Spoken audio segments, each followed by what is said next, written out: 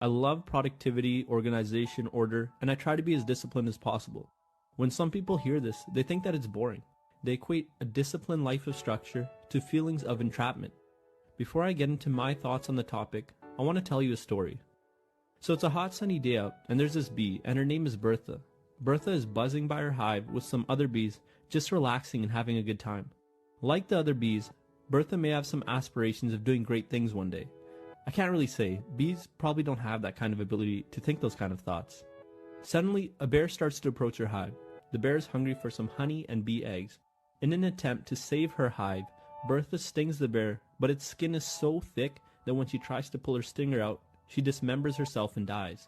The sad part about this story is that Bertha had no choice. Through years of evolutionary wiring, she has evolved to sting threats. It's a biological reaction to a dangerous situation. She has no idea that her stinger will get stuck and that she'll die. If she had known she would have died, she might have flew away and saved her own life. Bees are prisoners to their own biology. Unlike bees, humans have the ability to override their biology through self-discipline. Let's say that someone has long-term desires to be in a deep and loving relationship, to create a meaningful career that they love, and have a healthy body. Along each step of that journey, they are tempted by short-term pleasures such as porn, junk food, or video games. Deep down, they really want the life that comes in the long term, yet they keep succumbing to short-term pleasures. The only difference between these two positions is self-discipline. We're lucky that as humans, we have the ability to practice self-discipline. It gives us the freedom to achieve what we truly want in life and allows us to break free of the biological or societal cages around us, and I think that's a pretty amazing and powerful thought. But it's not so simple.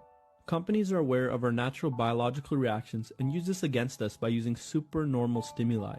An example of supernormal stimuli is junk food. Our ancestors were wired to seek out and enjoy fat and salty food because it was so rare at the time.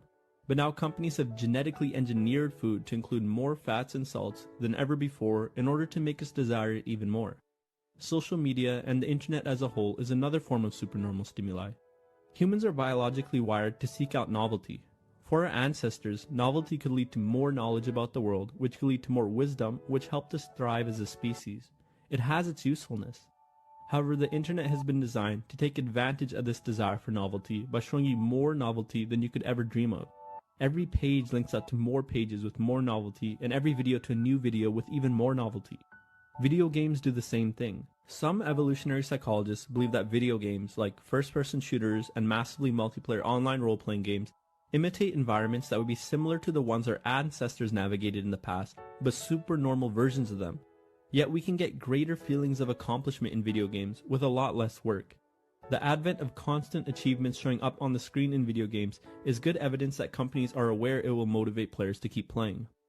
So not only are we sabotaged by our own biologies, but we're being targeted by corporations seeking to take advantage of us and make a profit. On the plus side, you and I are not like the bee because we're not caged by our own biology. With self-discipline, we can live the life we truly want. We have the choice to be free.